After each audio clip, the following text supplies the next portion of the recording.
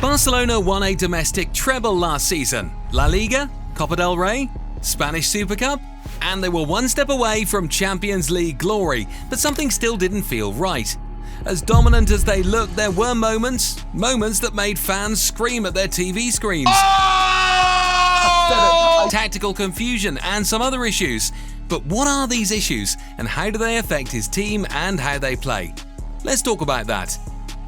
Barcelona under Flick last season played some of the most exciting football we've seen since the prime MSN era, pressing high, scoring goals and dominating every inch of Spain. They were ruthless at home, and their Champions League run, it had all the makings of a fairy tale, until it didn't. That semi-final loss? Yeah, it hurt, and while the players took most of the heat, if we're being honest, some of that blame has to go to the man on the touchline. Because here's the truth, if Barca is serious about chasing an international treble next season, his problems, have to be solved. First, it is the high line and gegenpress gamble. Now, on paper, this makes total sense. You press high, win the ball quickly, control possession, and pin the opponent in their own half. That's exactly how Barcelona suffocated teams in La Liga. It's the kind of football that looks dominant, and when it works, it feels unstoppable. But here's the issue. This system depends on near-perfect timing and coordination. One mistimed press, one bad positioning from a fullback, and the whole structure collapses. Teams with pace up front know this. They wait for that one bad moment and then they're gone. We saw this cleverly in the Champions League. Against elite opposition, especially those that are compact and love to break, Barcelona was caught out more than once. Teams didn't try to match Barca's intensity, they waited for the inevitable gap between the midfield and the defensive line and exploited it with quick, vertical passes. That's how you get counterattacks with 3 attacking runners at 2 defenders and a scrambling goalkeeper. It's not that the high line is a bad tactic, it's that you need the right balance. And balance is something Flick hasn't quite mastered with this squad. He's relying heavily on players like Koundé, Inigo Martinez and Pau Cubarsí to be perfect with their positioning and recovery, but even the best defenders can't win a 40-meter sprint duel every single game. The solution? Flick needs to build more tactical flexibility into this system. That doesn't mean abandoning the high press entirely, but in games where the opposition has pacey wingers or when Barca is protecting a lead, he needs to adjust. That could mean dropping the defensive line a few meters deeper or holding the midfield line a bit longer before pressing. It could also mean using a more defensively aware midfielder to shield the back four, someone like Oriol Romeu in a more disciplined role to cut those dangerous passes before they even start.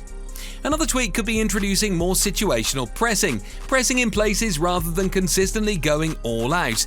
That way the team conserves energy, stays compact and reduces the risk of being exposed on the counter.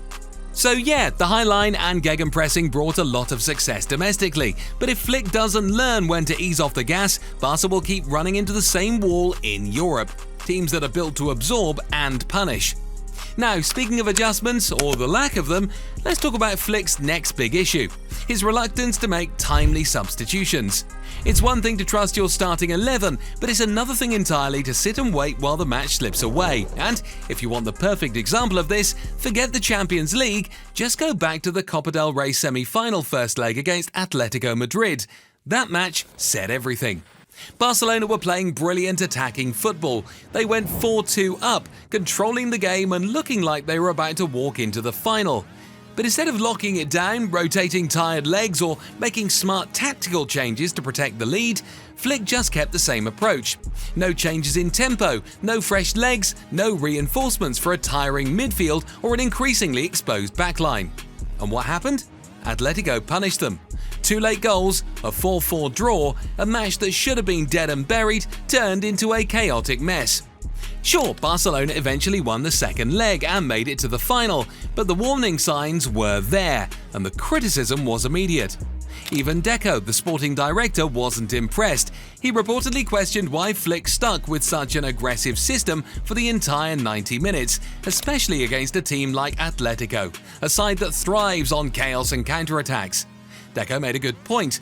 This style of play works against 90% of teams, but you have to know when to shift gears in that crucial 10%. That's exactly what Flick hasn't mastered yet. the ability to reach the game as it unfolds and make changes before the damage is done. In that Atletico match, it was screaming for a more conservative setup in the last 20 minutes. Bring on an extra midfielder, slow the game down, play with the clock. Instead, the high-octane attack continued, and it lost them control. The solution is clear. Flick needs to be more proactive with his substitutions. That means making changes when momentum shifts, not after the equalizer goes in. It also means being brave enough to sacrifice an attacker for a midfielder when the game situation demands it. It's not about abandoning your style, it's about managing risk when the pressure is on. Also, he needs to develop more trust in his bench, especially wingers and defenders. Right now, his reluctance to use them at key moments sends the message that only the starter matters, and that kind of rigidity can cost you trophies. Barcelona aren't lacking in ideas, but in modern football where matches swing on small moments, delayed decisions can undo 70 minutes of dominance in 5 minutes of chaos. So now that we've broken down his game management, let's talk about the bigger picture. The risk-heavy tactical approach that can fall apart against top opposition. Because honestly, this team is exciting to watch, but you can't shake off the feeling that they're always one step away from a collapse. And that's not by accident, it's by design. Flick's philosophy is built around intensity, high pressing, high defensive line, quick transitions. It's aggressive and bold, the kind of football that dominates weaker sides and overwhelms average ones. That's why Barcelona cruised through most of La Liga last season and bagged all 3 domestic trophies. They were relentless. They scored more goals than anyone else. They looked like a machine. But machines break down when pushed too hard, and that's exactly what this system does. It stretches the team to its physical and tactical limits with almost no room for adjustment. The problem isn't that it doesn't work. The problem is that it only works when everything is perfect. When players are fresh, the press is sharp, and the opposition can't handle the tempo. The moment that intensity drops even slightly, the system starts leaking. Space opens up behind the back line. Opponents who are calm and quick can carve right through, and Flick so far hasn't shown much willingness to change the setup mid-game, even when it's not working. But here's the deeper issue. This team doesn't know when to stop attacking. You saw it in the Champions League against Inter. Lamine Yamal was flying, Pedri was linking the play beautifully. Barcelona had already done the hard work, but instead of managing the lead, they kept forcing passes and driving forward rather than slowing the tempo. Yamal had the chance to hold the ball and maybe play a safer pass, but instead went for another push. That decision kept the game open, and in knockout football, that's a gamble you can't keep taking. The same story against Real Madrid. They were already ahead. They were down to 10 men, yet Barcelona still pushed bodies forward like they were chasing the game. If that had been a side like PSG, they would have been punished severely. There's a time to go for the kill, and there's a time to shut the door. This squad doesn't seem to know the difference. And that's on Flick too. He has to teach this group not just how to press, but how and when to attack. Tactical awareness isn't only about positioning, it's about game management, knowing when to keep possession, when to push for a second, when to stay compact. If your team can't read the rhythm of a match, all the pressing in the world won't save you. So, what's the fix? It starts on the training ground, not just drilling movements, but training scenarios. Put these players in late-game situations where they're ahead, teach them to slow down the tempo and to recognize when to protect a lead instead of expanding it. Build tactical maturity, because trying to outscore every opponent across an entire season, across multiple competitions, is a strategy that eventually burns out. Another big problem is the high defensive line and that offside trap that's become a double-edged sword. On paper, it's smart. Push the line up, condense space and catch opponents offside. Combine that with an aggressive press and you can force teams to either go long or give the ball away. When it works, it's suffocating. Teams can't build. Barcelona wins the ball high up and boom, instant attack. It's a beautiful football. But the problem is it doesn't always work, and when it breaks badly. The first real crack we saw was against Benfica. On the surface, yeah, Barcelona won that game and they scored 4 goals. You see the scoreline and think, well, it worked. But watch the match closely and you'll see exactly how dangerous this tactic is. 3 of Benfica's goals came from the same pattern. Long balls in behind, beating the high line, exploiting the space left wide open. It wasn't like they played brilliant football, they just knew exactly where to hit. and if Benfica defended even half decently, they could have come away with a result. The only reason Barcelona survived that night was because of their attacking power, papered over a tactical issue that was obvious from the first whistle. And that issue became impossible to ignore in the Champions League semi-final against Inter. Look, Barcelona fought hard, they kept coming back, they played with heart. But the truth is, Inter knew exactly how to beat them. Thuram and Lautaro Martinez didn't just score, they targeted the high line. They pulled the centre-backs out, they ran into the gaps, they stayed just onside. It was clinical and it was inevitable. Every time Barcelona committed bodies forward and pushed their line higher, Inter responded with a diagonal or a timed through ball. Flick didn't adjust, he stuck to the plan, and even though Barca kept finding goals to level the game, they were constantly chasing. That's mentally and physically exhausting. And let's not forget how the match ended, in extra time. That's the price of constantly playing on the edge. If Barcelona had set up more conservatively, even for just a 15-minute stretch in the second half, they might have managed the game better. They didn't need to go to extra time, but because of the high-risk setup, they left themselves open, and that cost them. This isn't about abandoning the high line completely, it's about understanding when to use it. Against slow, cautious teams? Perfect. But against sides with quick strikers and sharp passers, you have to adapt. You can't afford to let the same weakness get exposed over and over, especially in knockout football where one mistake can end your season. So that's where Flick has to evolve. The team needs a plan B, maybe a deeper line or a mid-block that doesn't leave so much grass behind the defenders.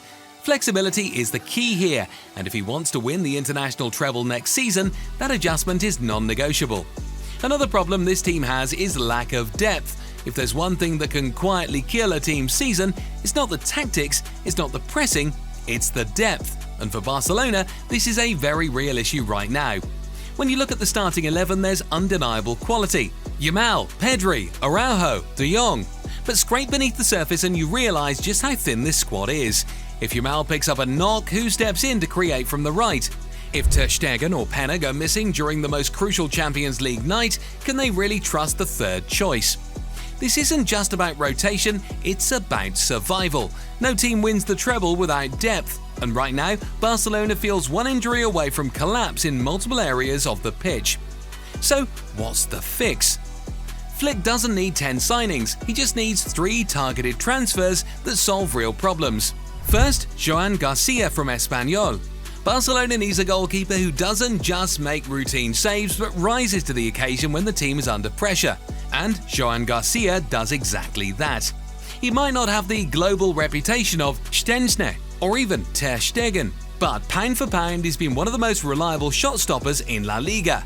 His reflexes are sharp, his positioning is solid, and, most importantly, he delivers when it matters most. Whether it's a 1v1 or a last-minute corner under pressure, Joan Garcia comes up big. He gives you more than just a backup, he gives you real competition, and sometimes that's what a top team needs to push its number one to stay sharp. Second, Marcus Rashford is on loan. This one could raise eyebrows, but hear me out. Rashford under Flick could be a completely different player. He's had a tough season, no question, but he's still got pace, strength and a sense of urgency that Barcelona's front line lacks when Yamal or Rafinha aren't available. In Flick's system where transitions and overloads matter, Rashford can give Barca that vertical threat they currently miss. He can play across the front three, he's experienced in European football, and most importantly, he knows how to step up in big moments. A loan deal would be low risk, high reward, and it adds firepower off the bench. Third, Leroy Sané as backup for Yamal. There's no need to stretch Yamal through 60 matches. That's a one-way ticket to burnout. Enter Sané, experienced, explosive, and familiar with Flick's high-tempo system. He gives you width, directness, and composure in the final third. You don't have to change the system when Yamal is out. You don't lose your identity. And Sané, who already knows what Flick wants, can deliver from day one. He also becomes a mental figure for Yamal, someone who's played at the highest level and knows how to manage form, fitness, and pressure. So, is this Hansi Flick's biggest weakness? Well, let me know in the comments and don't forget to subscribe to the channel. Thank you.